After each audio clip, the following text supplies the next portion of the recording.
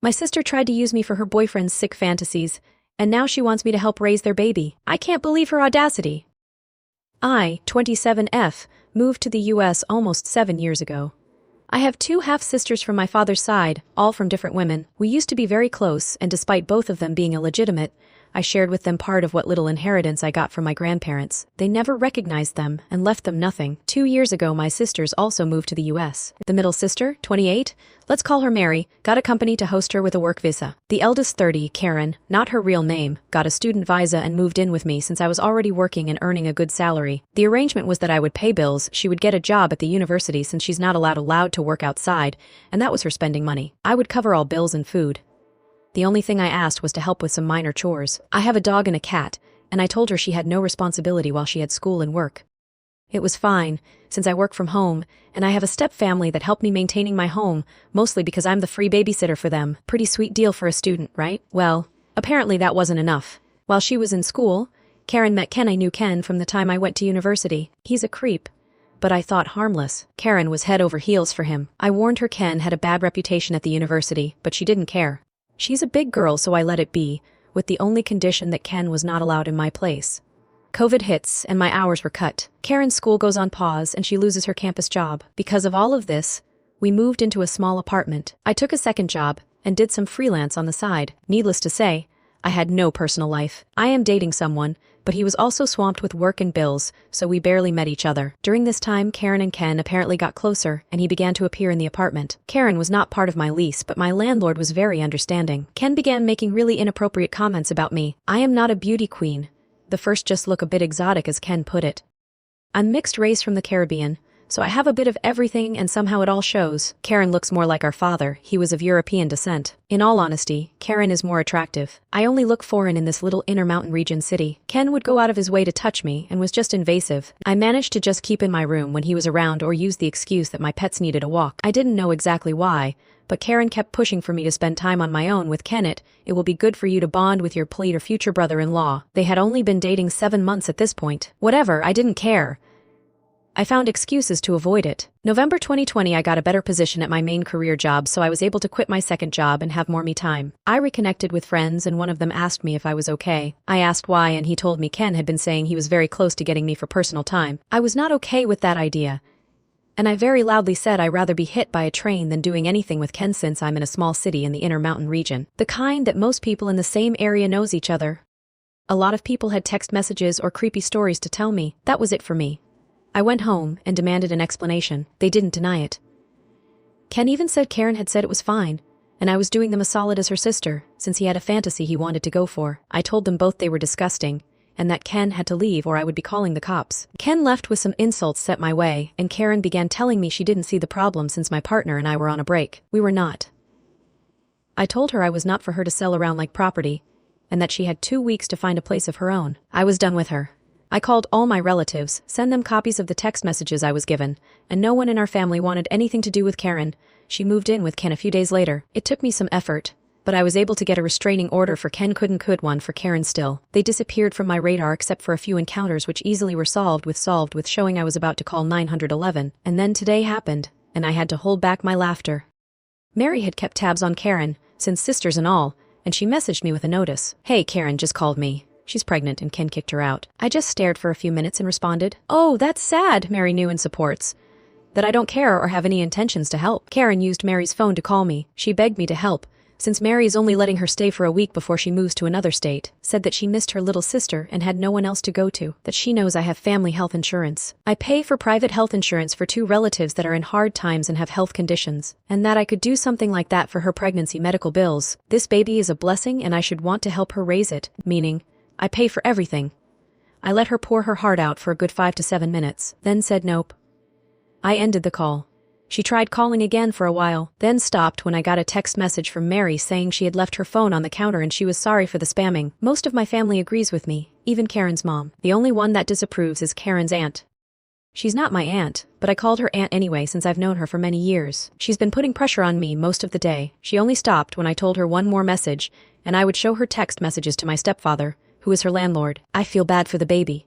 To a point. But this is one of those moments that all I can think is this is not my circus, and these are not my monkeys. Edit 1. Someone mentioned the region inconsistency. I never looked into it, since I didn't really care. But where I live I heard Midwest and Northwest interchangeably. As far as I was concerned, it was the same thing. We don't have that type of so.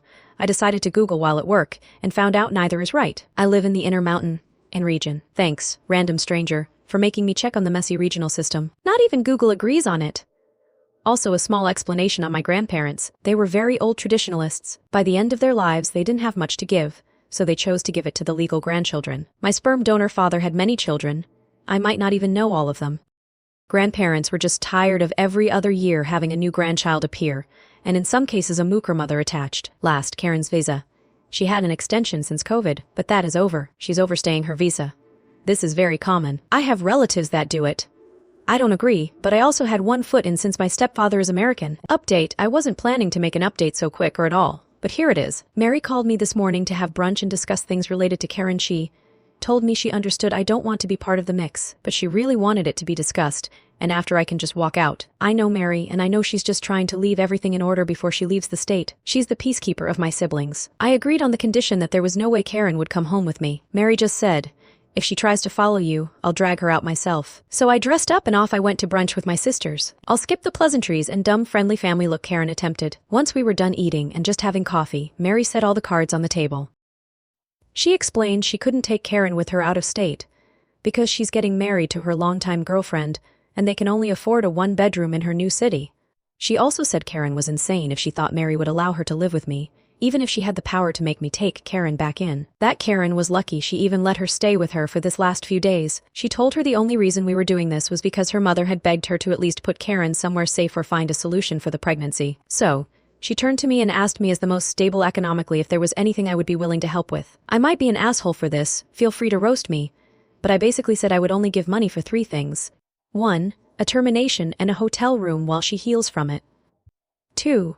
A ticket back to home country so she can live with her mother or aunt and get free health care. 3. A ticket to our eldest brother's home country so she can live with him because I know he will take her. I also said she had the option to put the baby up for adoption, but I would not be offering her a place to stay or a way to get medical care out of my pocket. I gave her some links to nonprofits she could use. Karen started crying, saying I was trying to take away her baby and being a bad sister, that a good sister would open up her home and help care for her baby, that I never deserved to have the money I have. Most of my money is from inheritance on my mother's side of the family, so not sure how she would have gotten anything, that I was spoiled by my mother because she had money. We did. Because after our father left my mother and I with nothing, she made a company from scratch. She kept babbling and making a scene. Then she said something that actually hurt me. You are just mad because you will never get pregnant. Yes, I happen to be infertile. No, I can't get treatment for it. It is what it is. I already accepted it, but it still hurts. Mary knew this was a low blow for me, and basically told Karen one more stupid word like that and she'll be sleeping in the street tonight. I didn't cry or anything, just stared. Karen stopped her crying, muttering, and seemed to get an idea. She looked at me straight and told me to adopt her baby. I laughed at that. I told her she was insane if she thought I would adopt her baby. I don't want her in my life, let alone her ex. I don't blame the baby, but I have absolutely no intentions to be part of the child's life. I was about to go off on Karen just for even thinking I would consider that as an option, but Mary stopped me on time. She simply said to Karen, you have the options she gave you, her or mine. You can get a termination, or you can go back to home country. Either way, you can't stay here. You are not legal and your immigration status affects us if you were to live with us. I could lose my job, and Op could lose her resident status. You have until next Friday to choose. If none of these options work, you will have to find your own solution without us. I don't want you anywhere near my little sister. You put her at risk of being assaulted or worse. You are lucky I have an empty room for 1 more week for you to crash in. But after I don't want to see you in person, we can keep in touch by Facebook or phone. You've lost the right to spend time in person with either of us. I just stared at Mary.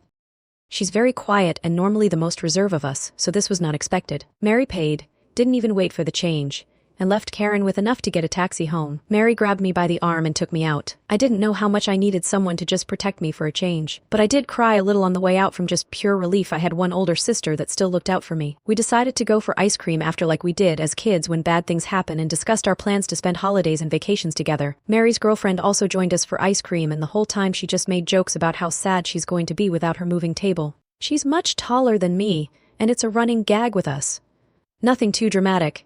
Thankfully, Mary and her girlfriend are going to come later for dinner with me. Depending how this mess ends, I'll try to update, but at this point, I think it's pretty much done. Not sure if Karen will take any of the options we gave her, or just do her own thing. Regardless, I have no intentions of putting my money for anything but what I said I would. And yes, Mary is my hero if anyone is curious. Small edit 1. I got asked this in a chat, and wanted to clear it up. Karen is not penniless. I gave her $10,000 at the start of the year when our grandmother passed away. That was her part of the $30,000 I was given. She's also been saving the money from her college job. I worked at the university about 4 years ago, and I was getting $9 an hour. Her mom also sent her money.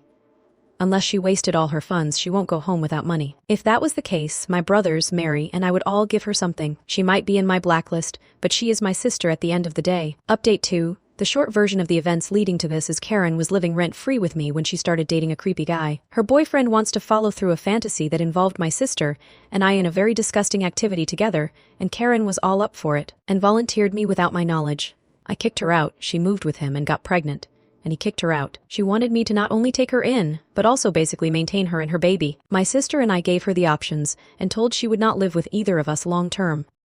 As I mentioned in my last post, my sister Mary and I gave Karen a couple of options for her unplanned pregnancy. The options were a termination on her pregnancy, a ticket back to our home country, or to our brother's home country, or she can figure a way to keep her child or put the baby for adoption. She had until tomorrow to choose. Since Mary leaves on Saturday for well, Karen chose none of the above. She decided to make life so difficult. She is now arrested and more than likely will be deported. Let me explain what happened. Tuesday, Mary decided to leave for a nearby national park to enjoy it one last time before she moves too far to drive there. She left Karen with a key and some money. Big mistake. Mary and her girlfriend returned yesterday and found out all the locks in their house had been changed. To make it even worse, Ken, Karen's supposed ex, had moved into their house. I know Mary should have seen this coming, but they grew up as best friends. They used to be closer to each other than to anyone else, myself included. Obviously, police were called, and it was just a major mess. Karen and Ken claimed it was their house. Mary and her girlfriend kept telling them no, it's not. It's not even Mary's house anymore. It was sold and the new family that owns it arrives on Sunday. Realtor was going to give them the key. The police officers were so done with this mess before it even escalated and asked everyone for their IDs. Ken, Mary, and Mary's girlfriend all had their IDs. Karen only had an expired passport. Karen got arrested on immigration charges. Ken got arrested on charges relating to breaking and entering, and some others I don't know for sure. I got this secondhand from Mary while she was basically about to commit a murder felony had it not been for the officers present. Today I got called about my sister. Her lawyer said she claiming to be my surrogate and that the baby in her was actually my child. Yep, she tried this. I told the lawyer that I was not looking for a surrogate or adopting a child. I am already fostering and have no space, and that my sister got pregnant by accident with Ken. He asked if I would be willing to foster her baby since the child would technically be American. I said absolutely not. He tried to work things with me, explaining my sister will most likely be deported otherwise. I just told him if that's the law, then that's how it we. I asked him to please not contact me about her anymore. As far as I am concerned, the only family she has is in our home country. Aside from the scare and new locks, Mary is okay. The realtor has copies of the new keys for the family that owns the house. And now my sister and I are planning to have no contact with Karen. I don't know what exactly will happen to Karen. Nor do I care anymore. Now not even aunt in home country wants anything to do with Karen, and even apologized to Mary and I. As for Ken, well, who knows? I hope he goes to jail, but if he doesn't, I couldn't care less. I now feel like a massive boulder is off my shoulders and can just focus on work and teaching my foster daughter about Star Wars. We have already watched all of the original films. We have a SAT, and we have a Clone Wars marathon planned for the weekend. I want to thank everyone who sent me well wishes to my sister Mary, and I also to the people that share advice that I am so glad I took to heart. This has been probably the worst roller coaster family mess I've dealt with since my parents' divorce, and it came absolutely from the one person I suspected less. Can't say I have any entitled stories aside from this. Karen was once actually a very good sister, but I guess when money and comfort are involved, people change. Small update that isn't worth a new post. Karen was offered to willingly, and she will face no negative effects for her status. She called my mom to see if she could convince me to give my sister the money for the ticket. Mary and I agreed to pay the ticket on the condition she never again contacts either of us. Her mom is aware of this and basically told me that Karen will have to find a job within the month she arrives, or she'll be in the streets. As for lawyers and stuff, I have my own immigration lawyer aware of the mess, and he told me the only way the surrogate ploy would work would be a DN, a match, or a contract. None of that is around, so Mary booked Karen for her trip back on Friday, and good riddance. Update 3. I almost made it to a month without hearing from my half-sister. But okay, Reddit, you were right, this might never be over. Also funny enough, Dear sis found my post and sent me a scathing email before I blocked her, but that's really not a big story. This one, however, pisses me off. So, as I posted before, my older half-sister Karen was forcefully, but not really, removed by immigration after going insane and trying to get squatters' rights on a house that used to belong to my other half-sister Mary, and she was escorted out, so I know she left. Things were calm for a bit, and in the meantime I focused on my 4-year-old foster daughter. Let's call her Lily. Lily's mom is one of my oldest friends. She gave birth in the US, but the Lily's father is not American and unfortunately passed away when Lily was a baby. My friend was asked to leave the US to do her immigration process off-country since she has no one to claim her aside from a minor child. This sadly means she probably won't be able to come into the US until Lily is 18. Because of our home country's education system being really bad, she asked me if I could take Lily. By this point, I had already kicked Karen out, so I had an extra room. I told her it was okay if it was on Lily's best interest. Lily and I are tight as thieves and she's always seen me as her crazy fun aunt. Took a bit. But 3 weeks ago Lily's guardianship was passed from the state to me, and just in time for Halloween too. We are skipping trick or treating this year due to the pandemic. But Lily still wanted to dress up as a Sith. I am so proud of this child.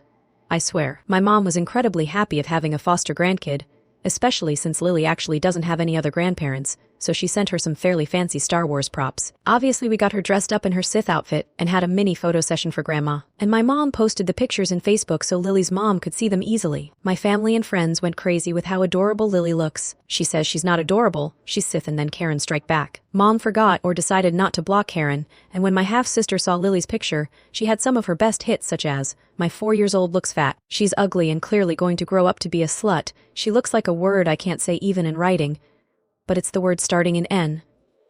That's just a handful." She got called out and told kindly to return to the darkness. But then she started to call my mother, at every hour, to ask for money, to ask how to contact me, to tell her she was wasting money on a kid that was not really her grandchild and should give her the money for her kid. Karen is not my mom's daughter. Well, eventually my mom figured how to block her, and Karen got to me through a school friend. She sent, not one, not two, a 16 pages long list of demands or she will sue me. One was getting rid of my foster daughter so I could adopt her baby. Another was an apartment I share with my cousins left to us by our maternal grandmother, $500,000. My dog and my cat. Oh, and I need to get her back into the US. There's still more, most of it completely delusional. I sent a copy to my lawyer to try to pursue a no-contact order in the US. Can't do anything in my home country, but I did forward another copy to our relatives, including our eldest brother. He just said to me he'll take care. For the record, I am not taking Karen's kid in, even if I didn't have Lily. Her ex was recently released and has already caused problems for other people. Luckily he's keeping away from me. And to clear something up, Karen isn't penniless. I divided with her and Mary a $150,000 inheritance in equal parts.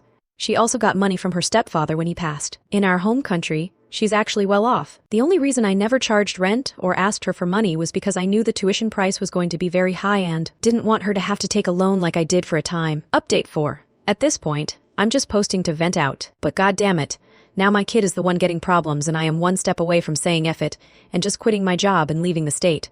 So as people who've read my previous posts about my sister and her creepy boyfriend know, Ken, named as such since it's a close match to his real name, and no, it's not Ben, is a creep that has tried to get both my sister and I absolutely refuse to even be in the same room as that slime for more than a minute. But even with a no-contact order it doesn't seem to hit. After being arrested and released, not sure how he got away with the shit he did to my other sister, Mary, Ken had all but disappeared. My foster daughter Lily has become my full focus as I work to get her settled.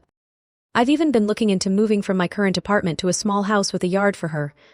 And Lily is involved in the search by giving her opinions. She's also going to Kinder, of course, and is doing really well. Still some adjustments to all the changes, and she misses her birth mom, but we already have plans to visit her during spring break when I can get time off too. Today I asked a mom, Tina, from Kinder if they would be able to bring Lily over. She was okay with it, and I gave her, as a thank you, some money so she and the kids could have some McDonald's on the way back. She called me in a panic around the pickup time. Apparently the teachers noticed a man trying to talk to Lily, but their security scare him off. Obviously the original plan went out the window and I left work early to go to the school. Lily told her teacher and I that the man said he was a good friend of mine and had something for me. He asked her if she would like a ride home with him so he could surprise me. Thankfully Lily was more interested in a Happy Meal and said no. The teacher and I were horrified and the school cameras were immediately checked. They brought me a picture.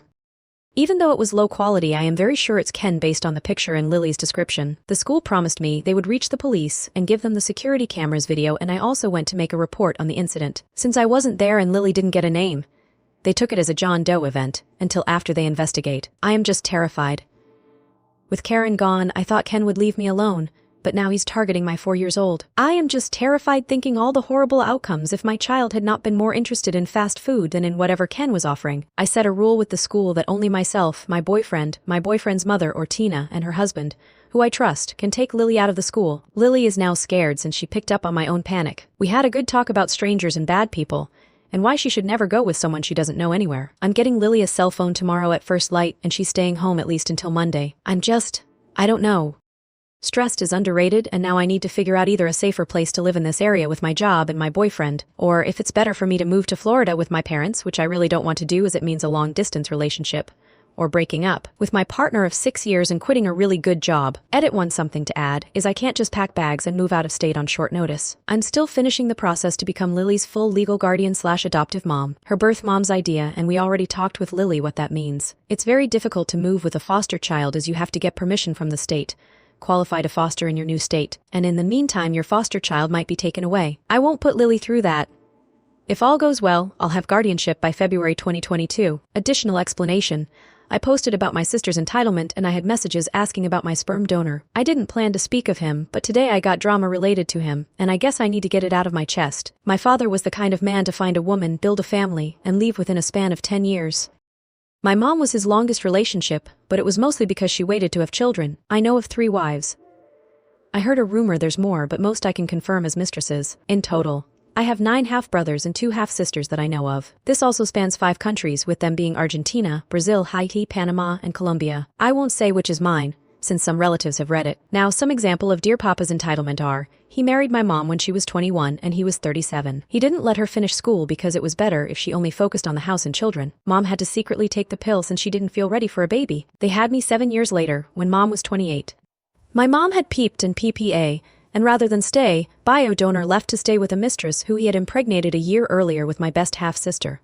He returned only after I was about 3 years old. I want to point out that my sister's mom had no idea my mom or I existed. Bio donor stayed then until I was 12. Then he left my mom for a woman that was 18 on the dot. She's the mother of my baby half-brother. After my parents' divorce, my bio donor left my mom with $38,000 in debt. That's the cost of a 6-bedroom house in my home country to this date. Mom had to sell the house we lived in, which only covered a part. She took a job in another country, and my eldest half-brother became my legal guardian. It took my mom 2 years before she came back and made her company, paid the debt, and I was able to move back with her. By this point, my mom knew 4 of my father's mistresses. My mom's company turned out to be very profitable, and suddenly Pops decided to claim spousal support. He had only paid $50 of child support in 4 years. I was 16 by then.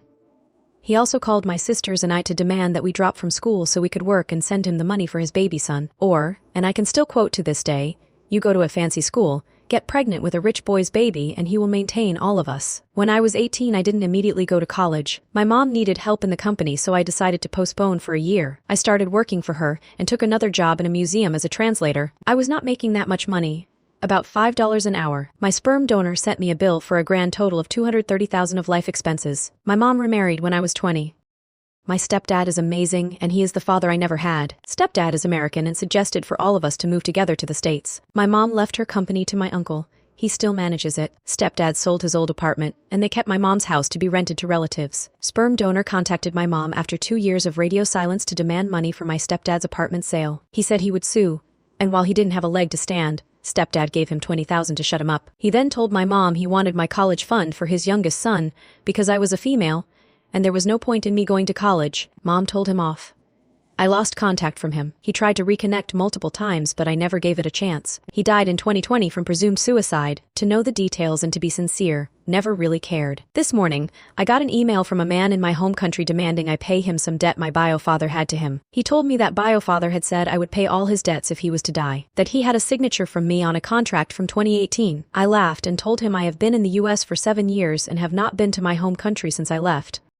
I asked for the name in the contract. It was a very close approximation to my name, but not correct. Even the ID number he was given, our social security number comparative, was wrong by a few digits. I didn't give him my ID.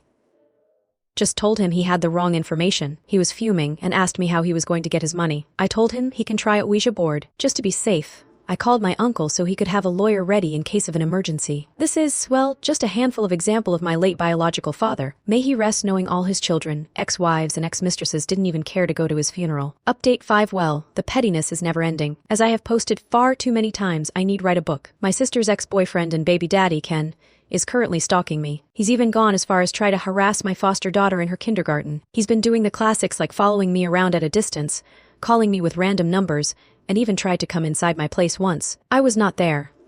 I decided to stay elsewhere for safety until I finally moved completely out of the state.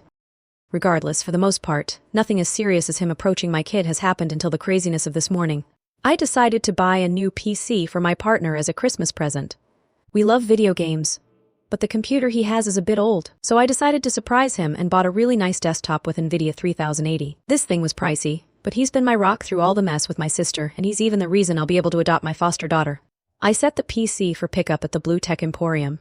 Well, wouldn't you know, I wasn't even done with my coffee when I get a call from customer service saying there was a man there claiming to be my husband and screaming at their pickup person since they wouldn't give them my order. I obviously told them I was not married, and that I would be picking it up in person later after work. They asked me to go there to solve this, since they would check IDs to compare. Now, a little detail that Ken didn't know is I changed my name less than a year ago to remove my biological father's name. I had planned this for years but waited until my grandparents and my paternal aunt had passed away.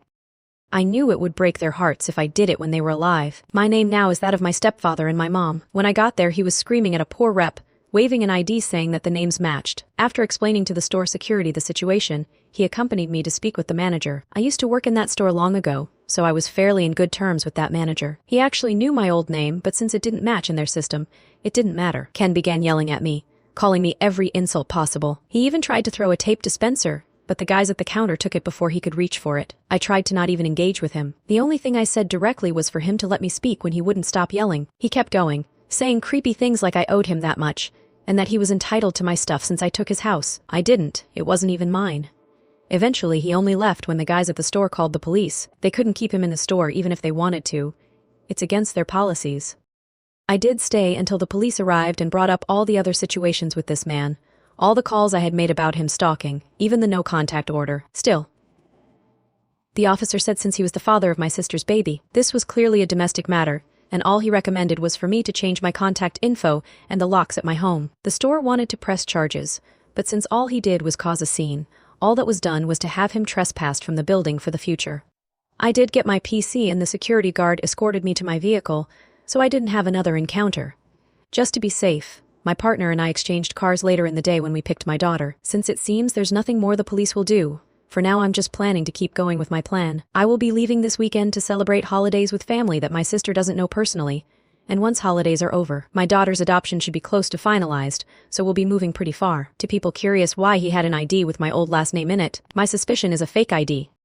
My half-siblings and I used to all have our biological father's name, so he would have known it through my sister. Mary, two of my brothers and I are the only one that decided to change our names on the line that we want nothing to do with my biological father's legacy. As stupid as it sounds. Update 6. Oh boy, I wish this was a weird joke, but no, this happened.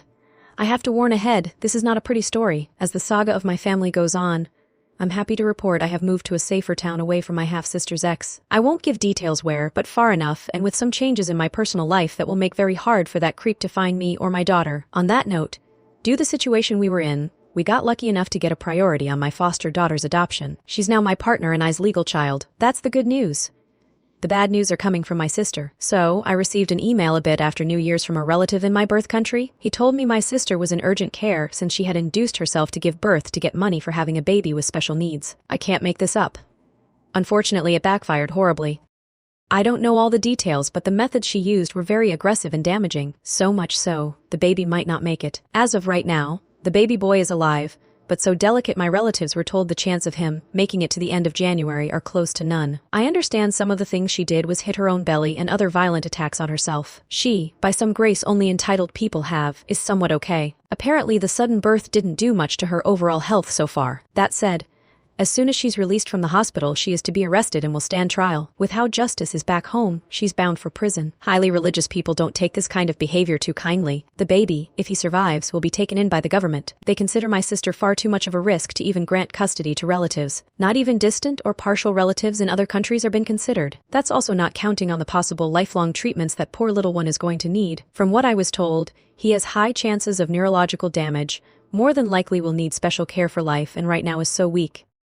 They have to tube feed him since he can't actually drink, not even from a bottle. I want to make something clear, and if I sound curt, is because I'm very much pissed off. I offered her a termination not because I believe in that procedure, but because I didn't want a child to be born to suffer. No child deserves what happened to this baby. Needless to say, my ex-sister has lost not just her parental rights, but any support or affection the family had. I actually sent a letter to her mother to be delivered to this woman, telling her pretty much as far as I am concerned. She has no family, and if she ever messages me, I will block her. Even siblings I don't get along with agree with me. I feel ashamed that filth is even partially related to me. I wish I can put all my thoughts here, but the anger I feel is absolutely making me irrational right now. So for now, all I will focus on is settling in my new home. I wish I had a happy joke to ease things, but there isn't. That woman has ruined so many lives I can't even imagine where she got it from. Not even our garbage father was this bad. Small edit, I wanted to post this before bed, but took me a bit to figure out the wording. I really appreciate the well wishes and hopes for the recovery of the child. I do too. The thing is, I don't see him as my nephew and would rather not get it mixed up. It's not to be callous or mean. I am just trying to avoid getting emotionally attached. We've already been told our family, extended included, will be no contact if he pulls through. He will be taken to the comparative to foster care and placed with a family in a closed adoption. We aren't even allowed to see him. All news we get are hospital updates out of charity. I did call to check if there's any updates, and other than my sister been finally released from the hospital and straight into a cell, nothing has changed. Little one is still fighting, so hopefully he'll get through and he'll be given to a family that deserves him. Right now that monster I'm related to is looking at 10 to 20 years penalty. 20 is the max offered in our birth country, and she'll have to represent herself as no one will pay for a lawyer, and we don't have access to free lawyers like the US. And I want to point out, prisons where I come from are no resort. They are overcrowded, unhealthy, and underfunded. It was worst when I was a kid, but I know for a fact they are not much better. So I am more than sure that if she's convicted, she is looking to at least a decade on horrible conditions, and I feel absolutely no empathy for her. Edit 2. Just wanted to post that unfortunately the little one didn't make it. He passed away early today. His grandmother was given permission to take care of the funeral, and my siblings and I will be sembling her money. We are low-key discussing bringing her to live in the US to live with my mom and her husband, as she is close to my mom and won't have to be alone being judged for what her daughter did. I don't think I can really update more for a while, at least until I know what will happen to that woman who now is absolutely bound for jail. Update 7. So, been a while since I posted. I've been busy with a lot of changes, and to be sincere, my horrid sister was last in my mind. This isn't a great update, but to shorten a lengthy story, my sister was arrested for causing injuries to her unborn baby. He was born premature and with severe physical damage. She was fine. Unfortunately, the baby boy didn't make it and died a bit after being born. A few days ago, my uncle called to let me know my sister somehow managed to get all charges dropped except for a minor charge related to making a fake police report. She accused her mother of stealing her car. My sister has no car. Not the best news all things considered, but right now she has no money left save a few $100s she was given by a mutual friend, and no one in our mixed family wants to help her. She even tried contacting my parents, we share a deceased father, not our mothers, to get my new number. Luckily they refused. That's really my only consolation right now, is like almost my whole life she has the power to cause immense damage and still get out of it. Regardless, not all news are bad. I did hear because of her US criminal record she will not be allowed to apply for a visa for 10 years, so she's stuck in Latin America with no home, actual money, or a job. She's never held a job since we were kids and she's in her 30s. Wish I had a more satisfactory report on this, but sadly there's no jail sentence. Small edit. Also, to clear something, my sister wasn't trying to terminate a pregnancy. She was trying to cause development damage to give birth to a special needs child. She would have had access to a monthly check for the rest of the child's life to cover their care and needs, which I doubt she would use for that. Update 8. Oh boy, here we go again. Small footnote. Because the PMs are driving me nuts. My sisters are not really called Karen and Mary, the first used fake names for everyone, including my daughter and my stalker, to respect privacy. So Lily is a fake name as well as Ken. No, I really don't plan to share anyone's real name. To the actual story, I got called into a video conference today because I had broken the company's social behavior policies. The rundown on those is basically that we're not allowed to post inappropriate social media, and we are to behave in a way that represents the company respectfully and properly. I am corporate, so very strict for me. Some of these policies are straight firing if broken. Obviously I was terrified, up until my boss described the situation. Apparently someone created an on the vans under my name. No, not giving it out. Don't even ask, please. It was very, saying inappropriate isn't enough. Straight up really bad PURN based on the thumbnails, which I hope a round of heavy alcohol will help me forever forget. First of all, I don't have nearly enough confidence for on the vans. I don't even have the courage to go into the website. Not my thing. Second, I just had to laugh when HR pulled the page with my name on it, and a picture of Karen. I just stared at them and asked if they saw the issue. They tried to paint it as well. It still reflects poorly on the company. I'll cut the amount of BS that went back and forth until the boss basically said this was stupid and to just let it be, since it's obvious the person in the on the vans is not me. The only thing Karen and I have in common is our nose and eye color. I am ignoring the whole thing, though I low-key sent it to our eldest brother, who already told me he's gonna take care of it. Knowing him, Karen might end up in a convent or somewhere with no internet. There's a lot of towns in our home country like that. Pretty sure this was an attempt to get me fired or maybe have my partner leave me. Could even be a prelude to reporting me to SEPs to get my daughter taken from me. I already have them informed of the situation, and our caseworker actually laughed at the sheer stupidity. So yeah, seems this is going to be my new normal until Karen finds a new target. In any case, I just wanted to say thanks to people that offered support to myself, and my little Sith Lily is doing great in her new school. Has already found an apprentice/best friend for all Star Wars related shenanigans. She also discovered a new fascination in Avatar, so now she wants to learn martial arts. Mary and her wife are doing well too. They are actually considering adoption too, in the not necessarily near future. Right now they enjoy spoiling Lily rotten. Update 9. Since apparently it's been 1 year since this mess started and I have a few PMs asking for it, I figure I should at least update on things. The good news is my family, partner and daughter, are okay. We're settled in our new home and working through things. As for dear Karen, my horrid half-sister, and this is a fake name for her, well, I actually saw her. Not on purpose, mind you. About a month past, I went to my home country to tie up some loose ends, closing bank accounts and preparing a property for sale. I took my adoptive daughter so she could see her birth family and left her with them for the week we were staying. While I was in the hotel, since as much as I love my relatives I really feel uncomfortable staying in someone else's house, I got called to the lobby. Apparently someone claiming to be my relative was there. I told them I wasn't expecting any visits, but they insisted I came down because apparently the person refused to leave otherwise, thinking it could be an emergency. And I do have relatives that don't have cell phones. I decided to go see what was going on. Who happened to be? But dear old Karen, she looked fine. Nothing out of the world, so I figured she probably got a job of some sorts and was doing okay. The moment she saw me, she tried to get close to me for a hug, but I took a step back and asked her to leave. Immediately she began screaming that I had to give her money, that her life was all a mess and her baby was dead because I refused to take them in. The hotel staff tried getting her out and even threatened me with canceling my reservation, but I reminded them they called me and I wanted nothing to do with this person. Karen began saying she would stalk outside the hotel until I either gave her $10,000 or a property I had begun to prepare for sale.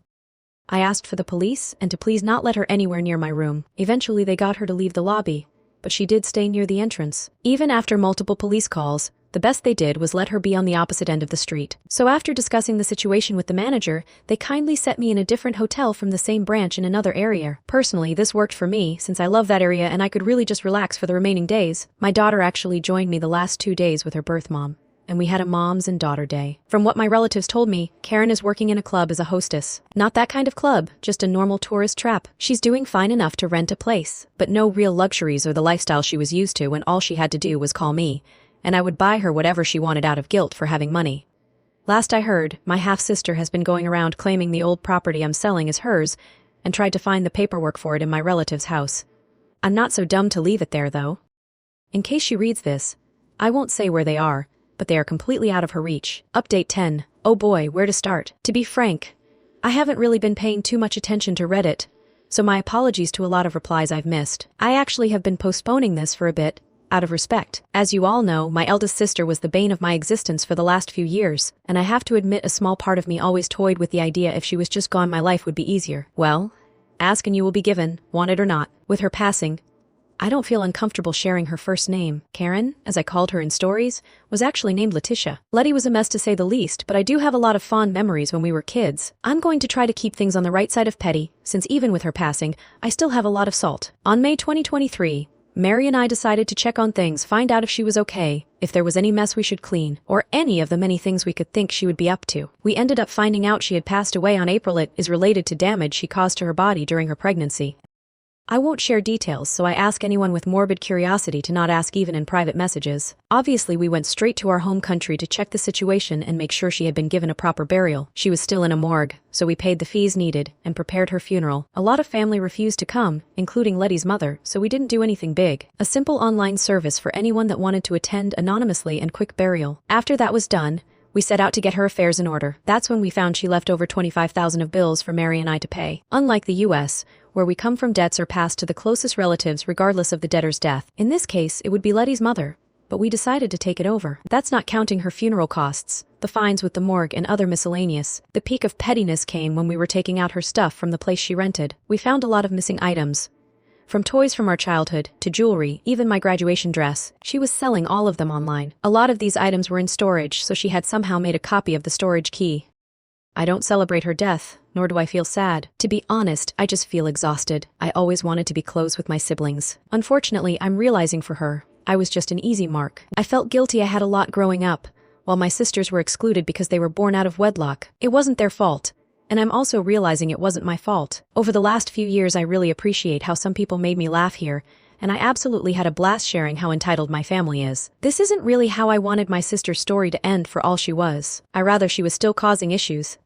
At the same time, there's a little bit of peace knowing I can visit my family and community without feeling like a target. I know the mourning and sadness will eventually come. She was my sister after all. So I'm writing this before grief makes me less bitter.